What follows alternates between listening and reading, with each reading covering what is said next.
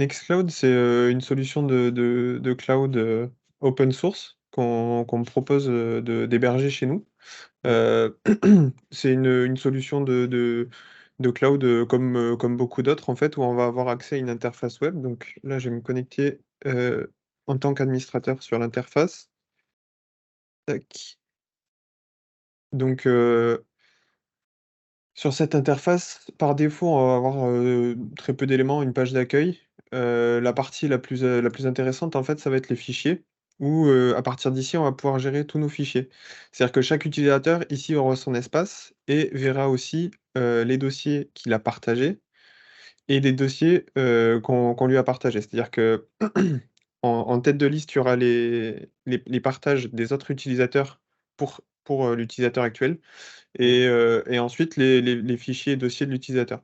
Ici, l'utilisateur a la main complètement, il peut, venir, supprimer, déplacer, des fichiers, des dossiers complètement. Donc ça, pas de problème, on supporte, enfin, il y a plein de types de fichiers supportés. Le le truc intéressant, effectivement, c'est l'agent. C'est-à-dire que chaque utilisateur va pouvoir installer un agent sur son ordinateur, sur son poste, un agent Nextcloud. Et en fait, une fois configuré, bah, ça on va synchroniser un dossier de l'ordinateur avec le cloud. Donc si je le retrouve, voilà, il apparaît ici et en fait, moi sur mon ordinateur, j'ai synchronisé ce compte-là, admin AGS et je retrouve effectivement le contenu ici, de tout ce qu'il y a sur mon cloud personnel ainsi que mes partages. Donc là, c'est comme un Google Drive, en gros. Exactement, Et c'est un Google Drive ou comme un OneDrive, hein, sauf que tu voilà. as maîtrise du serveur, ce n'est pas sur une, on va dire, sur une architecture mutualisée, une C'est-à-dire infrastructure que mutualisée. si tu baisses l'interface cloud, là, l'utilisateur peut travailler sur une arborescence Windows locale qui, en fait, est synchronisée dans le cloud directement, hein. Exactement. En Exactement. fait, on voit le statut de synchronisation bah, dans la deuxième colonne, là, la partie statut. Il y a, si je dis pas de bêtises, quatre statuts différents. Donc, par exemple, Nextcloud manuel, le petit nuage est bleu, c'est-à-dire que ça, c'est une donnée qui est disponible qu'en ligne. Donc là, si je l'ouvre, il va y avoir un léger temps de chargement. Ça me télécharge le fichier et je pourrais le modifier. Le PNG qui est juste en dessous, la coche est verte, c'est-à-dire que ça, c'est un fichier que j'ai déjà ouvert et qui n'a pas été mis à jour depuis. Donc là, je vais pouvoir l'ouvrir tout de suite. Par exemple, Ouais. voilà, là, le fichier est apparu tout de suite. Ça, Euh, c'est pour gérer les PC qui n'ont pas trop d'espace, on n'est pas obligé de tout synchroniser, en fait, c'est ça? Exactement. Exactement. Là, D'accord. l'exemple du PDF, c'était, bon, je pense que c'est un exemple qui reflète plutôt bien la réalité. C'était un PDF qui était relativement lourd puisque c'est la documentation de Nextcloud et elle fait 173 pages. Donc c'est pour ça que ça a mis un petit peu de temps à charger.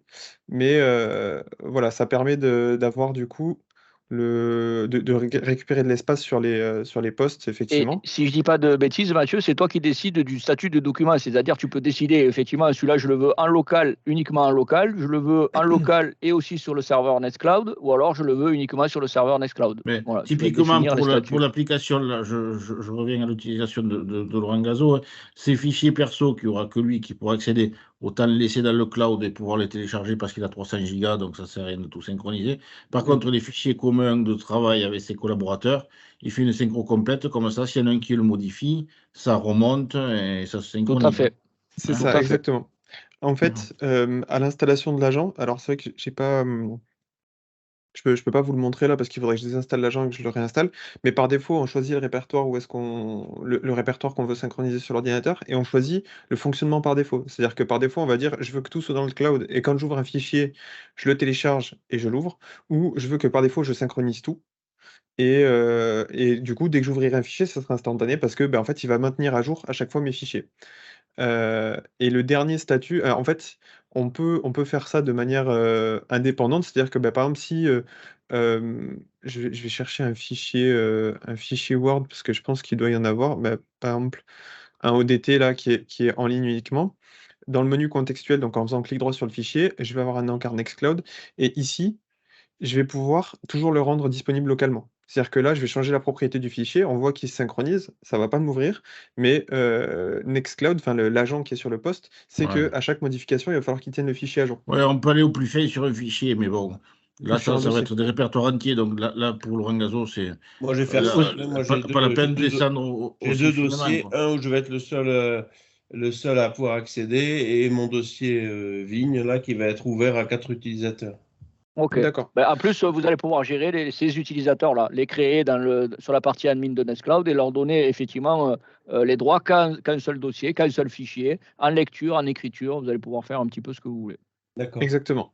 Donc voilà pour la partie synchronisation avec le ou les postes de travail.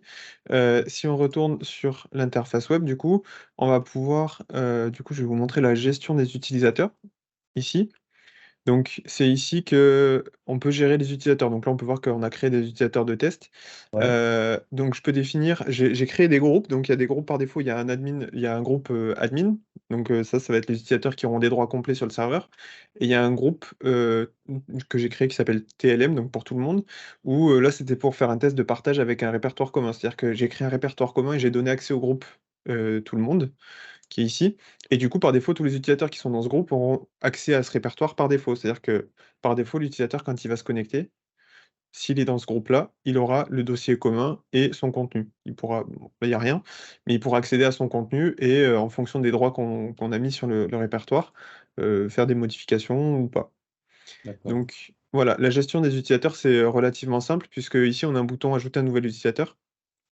On saisit les informations de notre utilisateur, donc au minimum nom d'utilisateur et mot de passe et voilà, à partir de là, l'utilisateur va pouvoir se connecter. Donc par exemple, si je crée un utilisateur Mathieu et que je lui mets un mot de passe, hop, pas besoin forcément de mettre d'email, même si, quand on configure les mails ensuite, c'est mieux.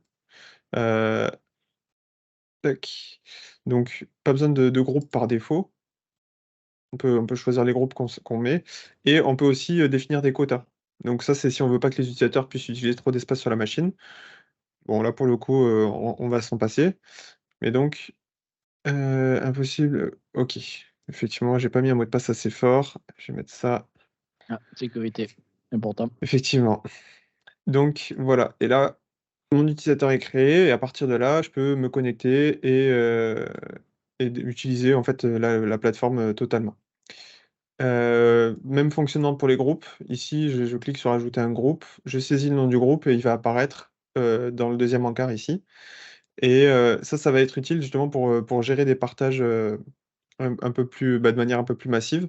Puisque par exemple, quand, je veux partager mon dossier et mes documents, donc là, on voit qu'il est déjà partagé.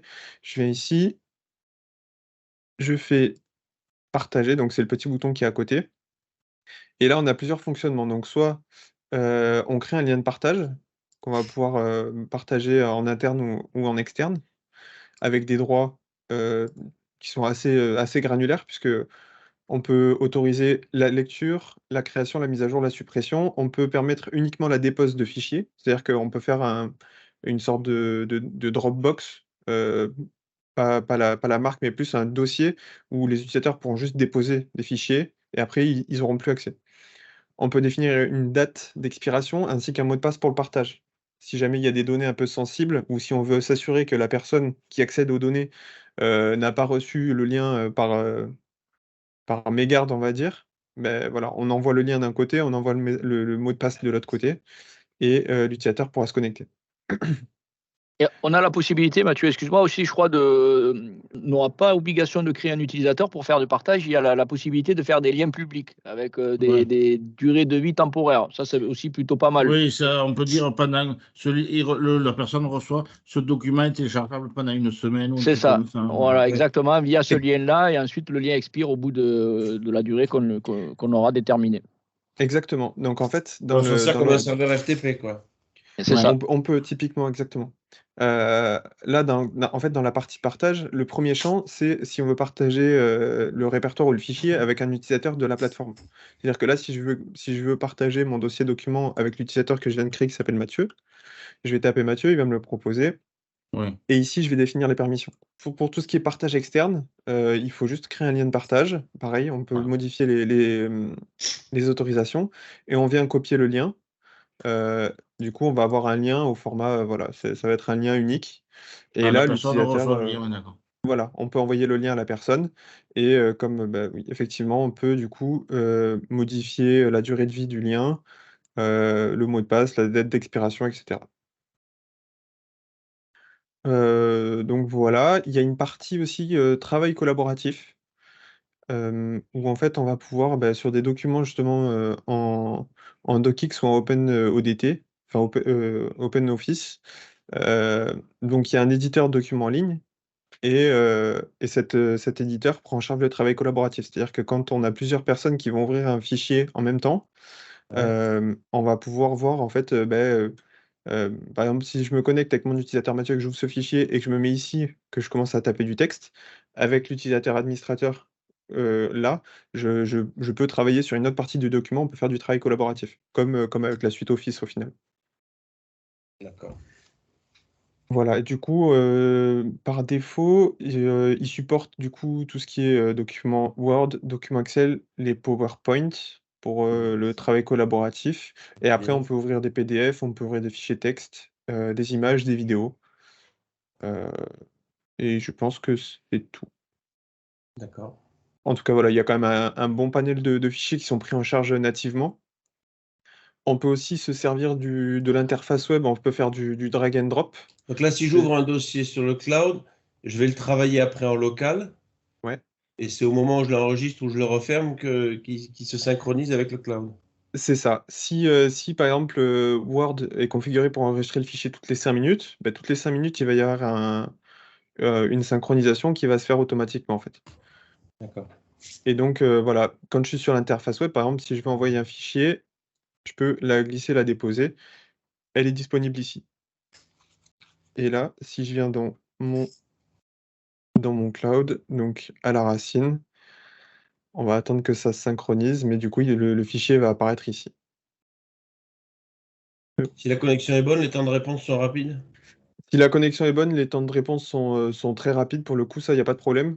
Voilà, il vient d'apparaître ici. En fait, le plus compliqué, ça serait, c'est sur des gros fichiers, en fait, parce que, forcément, il faut le temps de transfert.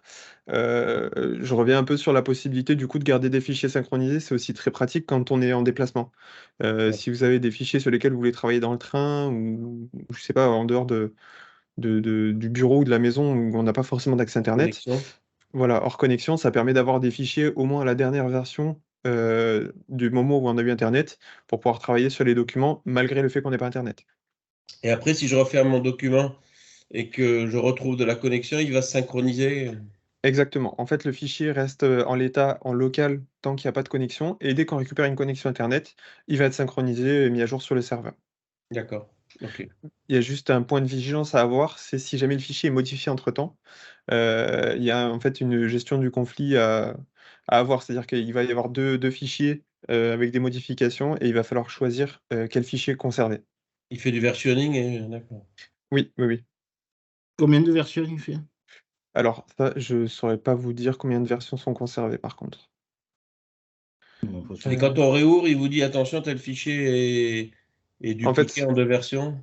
c'est ça, c'est directement au moment de la synchronisation, il va dire: «Attention, il y a un conflit de synchronisation, le fichier a été modifié depuis, ah d'accord.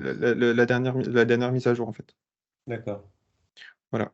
Chaque utilisateur a une corbeille, qui lui est indépendante, où il va pouvoir, en fait, retrouver ses fichiers supprimés. C'est pareil, point de vigilance sur, les utilisateurs qui partagent des documents. Heu, Si par exemple je partage, le document, README qui était dans mes documents avec les utilisateurs, si je le supprime, les utilisateurs n'y auront plus accès. Donc il faut que ce soit un compte, périn, un compte stable, qui sera pas, enfin voilà, c'est pas une personne, on va dire, qui est là temporairement, qui partagera des documents parce que, les autres personnes risquent de perdre l'accès, si on supprime le compte. Le backup, il se fait, comment? Quelle est la fréquence? Alors, par défaut, il y a pas de backup. Ça va être, en fait, on va sauvegarder la machine virtuelle avec Vim, donc c'est nous qui choisissons la périodicité de sauvegarde, du répertoire de données. D'accord. Tu peux mettre, On mettra ce qu'on veut. Mathias, Si vous voulez 1 mois de rétention, on pourra mettre 1 mois Exactement. de rétention, 1 an de rétention, non, sur un non, non, dossier 1 an de rétention. Non, mais voilà, c'est un exemple. Sur un non, non, dossier 1 an, sur un autre 3 semaines, non, sur un autre aucune. Enfin Bon, voilà, on un pourra truc faire à la standard. carte, quoi. C'est non. plutôt, voilà, c'est plutôt, vous voyez, une interface Ouais. plutôt user-friendly, comme on dit, plutôt simple d'utilisation. Vous ne Ouais. serez pas Non, dépaysé si vous utilisez un non, mais agent OneDrive, voilà. ce qui est important, après, sur ces trucs perso à lui, il n'est pas obligé. Ce qu'il y a de bien, c'est qu'il n'est pas obligé de faire redescendre 300 gigas sur le PC, quoi. Oui, c'est ça. Oui, oui. Ah oui, C'est oui, ça. mon perso, je peux travailler qu'en cloud, pas de problème. Voilà, ben ouais. Et c'est là où c'est intéressant. Et donc Ouais. là, si je veux pas l'ouvrir en local, si je veux travailler dans le cloud, qu'est-ce que je fais dans mon arborescence?